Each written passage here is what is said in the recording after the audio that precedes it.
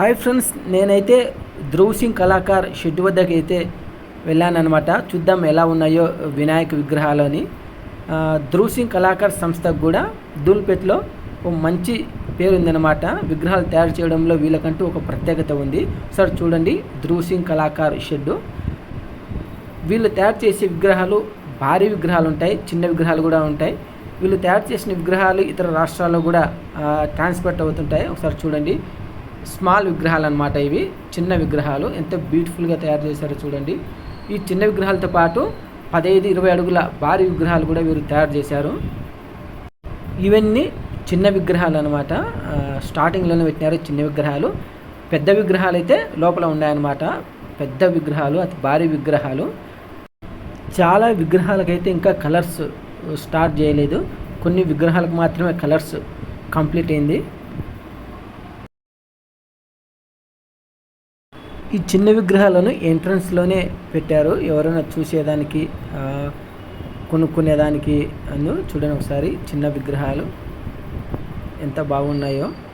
పెద్ద విగ్రహాలన్నీ మొత్తం లోపల ఉన్నాయన్నమాట. బయట ఎంట్రన్స్లో అయితే పెద్ద విగ్రహాలు ఏం లేవు. ఇప్పటికీ విగ్రహాలు అన్నీ కూడా బుక్ అయిపోయినాయంట. దాదాపు 70% విగ్రహాలు అయితే బుక్ చేసుకున్నారంట.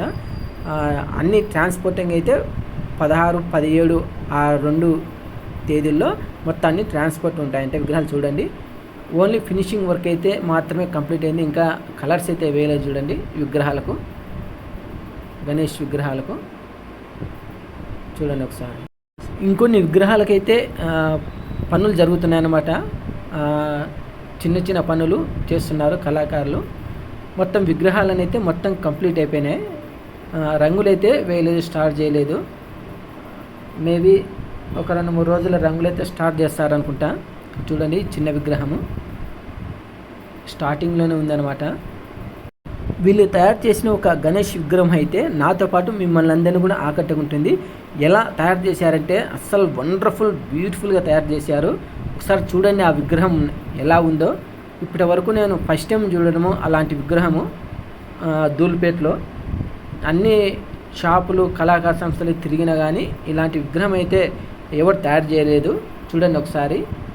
మహాభారతంలో శ్రీకృష్ణుడు అర్జునునికి తన విశ్వరూపాన్ని చూపిస్తాడు కదా, ఆ మోడల్ అయితే వీళ్ళు విగ్రహాన్ని తయారు చేశారు. చూడండి ఎన్ని చేతులు, తలలు ఒకసారి చూడండి. సేమ్ మనం శ్రీకృష్ణుని చూసినట్టే ఉందన్నమాట ఈ గణేష్ని చూస్తుంటే.